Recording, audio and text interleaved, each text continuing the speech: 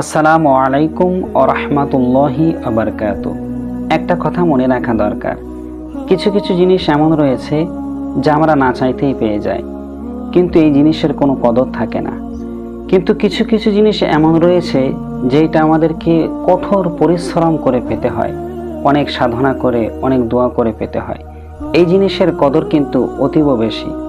এই জন্য কোনো জিনিস পাওয়ার জন্যে সবসময় আল্লাহর কাছে দোয়া করা এবং সর্বোচ্চ চেষ্টা করা আমাদের জন্য জরুরি। কারণ আল্লাহ পাক রব্বুল আলামিন বলছেন, মান জাদ্দা ফাওয়াজাদা, যে ব্যক্তি চেষ্টা করে সেই ব্যক্তিই পায়।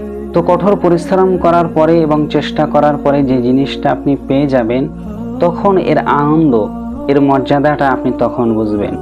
এবং সকলেই যখন আপনাকে এটা বলবে যে না, তোমার সিদ্ধান্তটাই ঠিক ছিল আর আমাদের সিদ্ধান্তটা ভুল ছিল, তখন কিন্তু আপনি অত্যন্ত আনন্দ পাবেন। এই জন্য নিজের আশা আকাঙ্ক্ষা পূর্ণ করার জন্য সর্বোচ্চ চেষ্টা করা দরকার, আল্লাহর কাছে চাওয়া দরকার। আল্লাহ হাফেজ।